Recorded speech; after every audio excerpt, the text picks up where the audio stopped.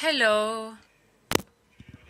First, I want to start by thanking Alacero for the invitation to be the moderator in this panel with such a prestigious panel members. As we have heard throughout the morning and in this portion of the afternoon, carbon footprint becomes a central issue for the sector and for numerous other sectors, not only because of the importance that the environmental policies and the sustainable development goals have as an impact, but it becomes a para-tariff barrier that becomes evident. And according to the WTO, 1/3 of tariff barriers or para-tariff barriers in the market, such as Europe and now the U.S., are linked to environmental issues. So it is essential to start these discussions, and we really celebrate that Alacero is putting such a great focus and giving so much entity in this forum to this issue. And to start, we are going to give the floor to Ricardo. Please go ahead. Thank you for the invitation. I wanted to present the strategy of the cement industry in Latin America so that we can approach decarbonization, and many of the issues that I will be presenting are very aligned with the agenda of the steel industry, and the agenda has to follow in the region. We have been working for 20 years in the decarbonization strategy, and myself for the last 10 years in the Federation, Latin American Federation. Our region tends to copy and paste strategies and methodologies from other places. And in that copy-paste, we can find a trap and make mistakes. One of the things that we have understood, because we work in an area that is lacking in construction, our statistics will be present across our presentation. Whoever lives in a developing country has 10 tons of cement on him or her. If you live in a developed economy, you have 30 tons of cement. And you can see in the lower line how cement is consumed today. Africa, 170 kilograms of cement. The average is 500 in the world. So the gap in infrastructure becomes greater. And countries with great fast growth, like China, 1.5 tons, 1,500 kilos, 3 times the average, regardless of the number of inhabitants. When India starts its revolution, if they want the development of the economies who have drinking water, infrastructures, roads, and hospitals, they have to follow that path. So it is very different to set forth decarbonization in a developing economy versus a developed economy. India, for example, rather China, will reduce cement consumption in the forthcoming 30 years by 30%. That means without doing anything, it will drop the footprint by 30%. And Africa, who needs to grow 300% consumption of cement in order to access drinking water or minimally decent housing, if they do the same, their carbon footprint will increase 3 times. How do we set off this agenda, or these notions of the agendas? 70% of cement consumption is the most widely used product in the world after water occurs in the global north. But by 2050, 70% of consumption will happen in the global south. So where is the methodology? Where should we focus the strategies? Where should we put the supports in order to move forward in our sectors, global south? But what is the problem? That all the rules, all the guidelines provided by academia, science, and the governments come from the global north. Today, we have a decarbonization roadmap in China and put 2060 as a goal, and decarbonization in Europe, in the cement world. And they talk about carbon neutrality, but this is a public policy of the European Parliament, and they follow their rules, and also in the U.S. In FICEM, this year we launched the first regional roadmap for a region, a developing region, who assumes the challenge and looks towards decarbonization that is absolutely based on technology. Last week, I participated in a meeting in Norway, visiting the CO2 carbon sequestration devices included in a cement mill.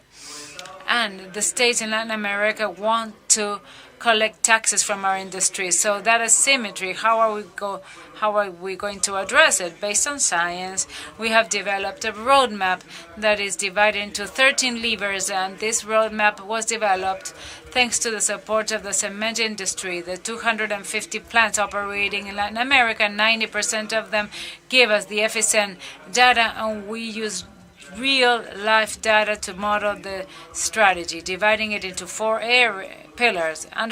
First, understanding the numbers. If we don't measure, we can make mistakes in prediction. Then, projecting growth.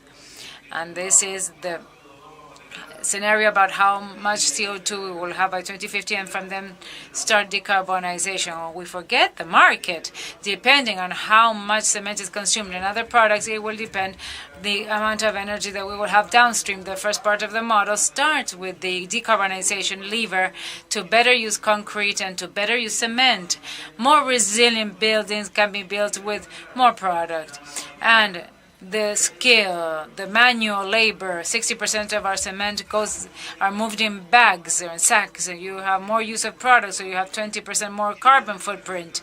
Industrialization, that is the ideal, but it is a utopia in our region. We want to take the products from the examples from developed countries. Our plant is the other lever. How can we access alternative fuels? How can we use the furnaces with more efficiency and the systems to capture CO2? Finally, disruption of our roadmap that differentiate us from Europe, China, and America.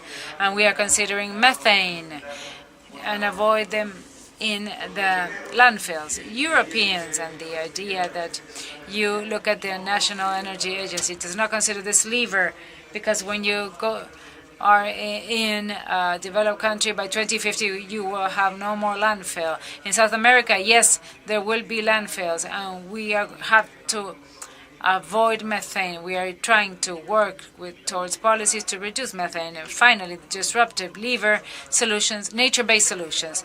In more than 40% on average, and more than 60% of our carbon footprint in our countries is because of poor use of the soil. How come we cannot offset with nature-based solutions? There are no applications.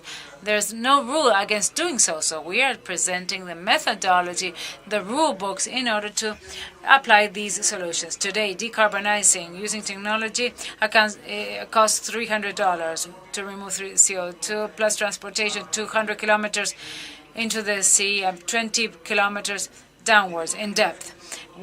Can we remove that overcost in the product? We can add double the price into cement? No, we can't, because countries cannot pay the cost. So solutions based on nature, depending on the country, between $15 and $30. But the reduced ton has social benefits, diversity, environmental benefits. The rule would be that we have to carry out the technology efforts, and the gap that we cannot close, we use nature-based solutions, different from what we expected. The initial reaction that was contrary. And it is being accepted today by the industry, because economically these solutions must be considered in developing countries. I wanted to share with you in a very short time our path across 20 years, understanding the strategy and measuring. And I have been leader of the 12 roadmaps for Latin America. And today we have the good news that we are leading the roadmap for the whole of Latin America. It was published a month ago, and this is a document that makes up this vision, and this is the first vision in a developing economy. Our message is we cannot make a copy-paste from European policies to our agendas. We cannot do that, because we will impact our processes. And when I said that China will reduce consumption of cement by 30%, what I mean in other numbers is that China will stop consuming 600 million tons of cement. In Latin America, we consume 200. If we do not take care of the excess, cement will be there, but we will not have our industries. Thank you, Ricardo.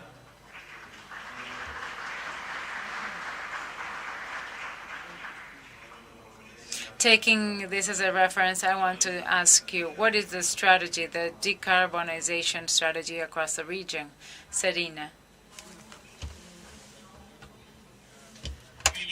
I will speak in Portuguese. I excuse myself because I cannot speak Spanish, but I want to thank you for inviting me to give me this opportunity to participate in Alacero. I will talk to you about decarbonization strategies. That is very similar to metal industry. Gerdau is the biggest steel producer from Brazil and also the largest recycler of waste, scrap.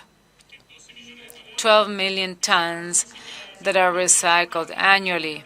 And today we have a very interesting situation because of our position. It's 50% of our scrap is reutilized, 150,000 hectares of timber lands for our vegetable coal that we use in our operations in Brazil, and we have half the average of intensity versus global numbers. But of course, this is not enough. So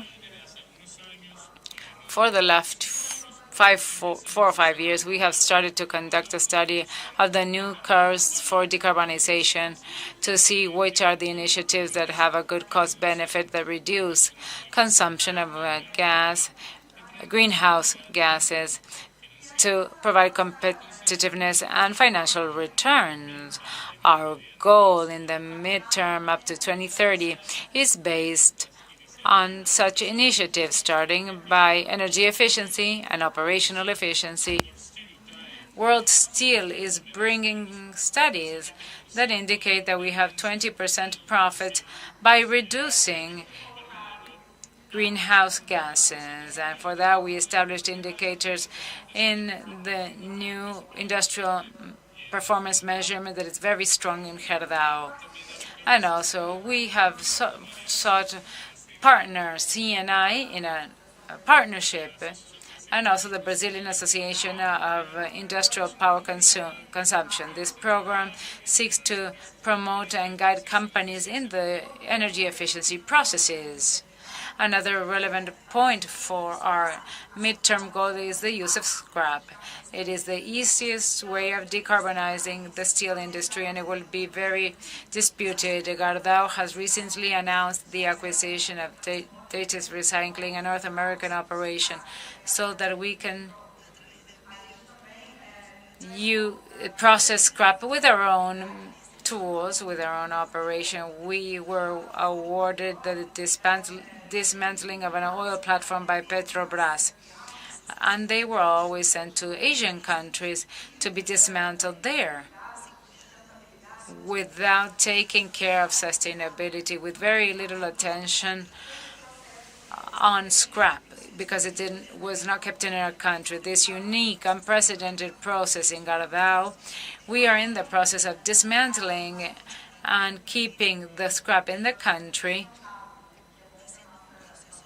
conducting a sustainable process that is good for our industry.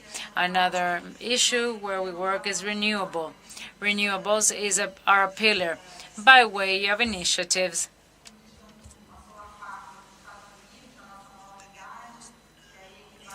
we have a unit in the U.S.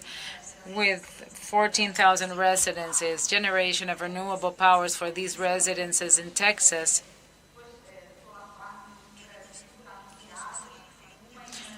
We have 2 solar farms, one in Minas Gerais and the other in Goiás. And also, apart from energy efficiency and renewables and scrap, our other pillar in this midterm vision is biomass. Biomass in Brazil, Latin America, has a vocation for the production of biomass, and we have used this not only in the productive process, the traditional ones such as furnaces using vegetable coal, but we pioneered vegetable coal used to produce coke. Today we have 2% of our production. Obviously, this is not something very high in volume compared with mineral coal, but it is important so that we can work with the material, learn about it, and have a reduction of emissions so that our customers, when they look for an integral roadmap, may access steel with less intensity. As facilitator of this agenda, tell us a little bit, what is the value proposal from your organization? What is the situation of the Argentine power market in particular, and your vision for the region? Very well. Let me see if we can give you a snapshot of the market. We can think in the balance between supply and demand, and we may say that the balance is sensitive. This means that we have very low reserves, and if we consider that the level of economic activity today is not the one we should have, and I read a report recently about the use of installed capacity, around 50% total. And this means that any improvement signal in the economy would imply that we would have to look for more power that is not available in Argentina today. We will have to import from Brazil when there is water available, and probably we should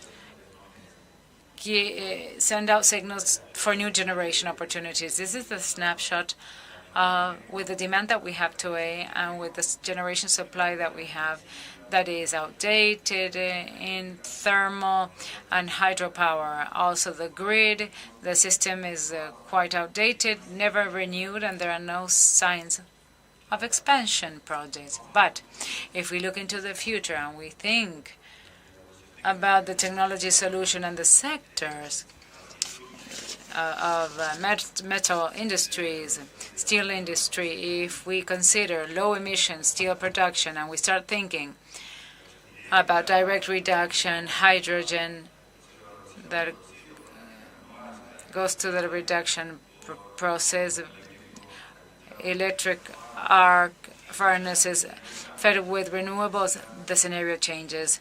We have to think in grid, because the demand is far from generation or where the natural resources are available. And we also have to think in putting together part of the supply chain that is not there. For example, for hydrogen, the technologies are ready. The financing capacity is available, but clearly we have to work on a collaboration system with the industries in order to make the projects feasible. Genneia is the biggest renewable generator in Argentina with 1,200 megawatts in operations. We are building an additional solar 400 megawatt facility. Next year we will be adding 500 more in solar, and we have the supply to make available power to support processes. We have hydrogen projects. We are the biggest carbon trader in Argentina. So the proposal is not only to make available power for the industry to sign a contract and consume, but also provide support. Supporting our industry with a secured supply based on projects, experience, and financial capacity and execution capacity, with the idea of working together in the technology change, and also with an open mind in the sense of business, or speaking of business models. Not necessarily we have to work according to traditional models. I sell you a PPA, you consume the air. If you consume the energy, okay, otherwise it doesn't matter. But working together on the best contract to allow the industry to change their technology and support them along the way. Thank you. Ricardo, you just mentioned a little bit about the roadmap. Can you give us a little bit more details in just a few minutes in order to have more accuracy about what you shared with us? Well, the roadmap that I presented is a mix between what the global industry decided with the roadmap through the International Energy Agency. We combined and we developed the public policies in our own governments, like as methane, among others. What are the steps, future steps, after we define the roadmap? I will define three big segments. First, measure correctly. Today, many of us here assign 8% of global dimensions as a sector, but that occurs in a global average because our sectors in Latin America account for 2 or 3%. Why don't we have the accurate number in our industries? Because we have played a lot of poker with the authorities about the correct data. just for diagnostic purposes. Authorities carry out our CO2 inventories and footprint from IBCC methodologies of 2006. They need to update such technologies, and who can make a contribution to improve the data? The industry, because we understand the projects and we understand the numbers. So we are going to place a calculator at the disposal of the industry, but also the public sector. We are entering into an agreement with the government of Peru and Chile and others so that we can have data with independent review to speak with the same numbers. Today there are many errors when we try to determine the strategy, and we can lose the game in the first half of the match just because the government does not understand that our products will have more demand, and that implies greater budget even if we reduce our emissions intensity. So this is something we are going to work on in 2025. We will make available our data for public policy purposes. The second is at the level of the industry is legal certainty. It will be very difficult to have investments authorized if biomass is not acknowledged as carbon neutral. Biomass is not carbon neutral in emissions at the stack. They are carbon neutral in the whole cycle. And we need to recognize this. And I'm not saying this as a theory. This is happening today in Mexico in the carbon market model. Biomass is not being recognized as industrial carbon for industry overall. So the legal certainty is critical and strategic because decarbonization costs a lot of money and the products will become more expensive. The only way to secure the investment is by having legal certainty. And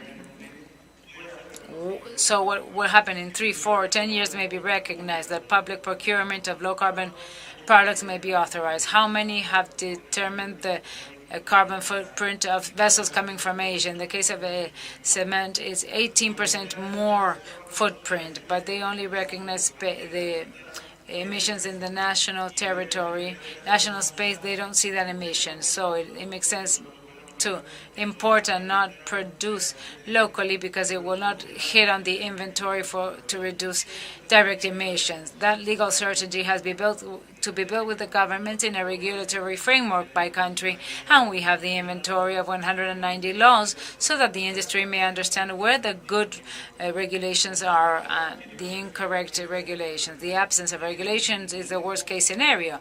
And lastly, regulatory frameworks. Latin America is the worst example of the carbon price for heavy industry. From the total cement production, 70% of that production is regulated in prices. 88% is regulated according to carbon markets where you can implement technologies to reduce, and the rest is due to taxes. Argentina, Colombia, we are the worst model of tax collection that promotes the reduction of CO2, and others focus on competitiveness and local production. We are not the good example of regulatory frameworks. And lastly, we have just launched an academy, a training academy with 120 open classes for the industry and even for government authorities so that they understand our methodologies. And the courses, 25 will be on access to finance, green economy, technology for decarbonization. All the levers that you saw will be based on online, offline, whatever modality. Courses to train, to educate, because if we do not understand the education, first the CEOs and the board members, if we do not understand the business model, the green products, and the risk of greenwashing, and this is a very, very thin line as a trend in our industry, if we don't understand that, we are going to make mistakes. So education and renewal of staff, that is a revolution that is coming. The difficulty to capture human resources and retain them is very difficult. So this is part of a process in the green agenda. So overall, the correct data with the correct instrument, the laws that enable future investments, and a chain that may prepare the industry for what is happening. These are the steps in order to implement the roadmap. Cenira, what other restrictions do you find when implementing Gerdau's strategy in the region? For us to be able to implement the transition towards that situation, the greatest challenges start in 2030 when we will depend on disruptive technologies. These technologies are steel production technologies. They are not competitive. They are not cost-effective. This is the transition, the millennium route, not using renewable fuel, but gas fuel like hydrogen. Gerdau has a path of mining in Brazil. It requires more per capita consumption, as was said in other panels. And for that, we need a transition towards the hydrogen way. Latin America has the capability to generate renewable energy.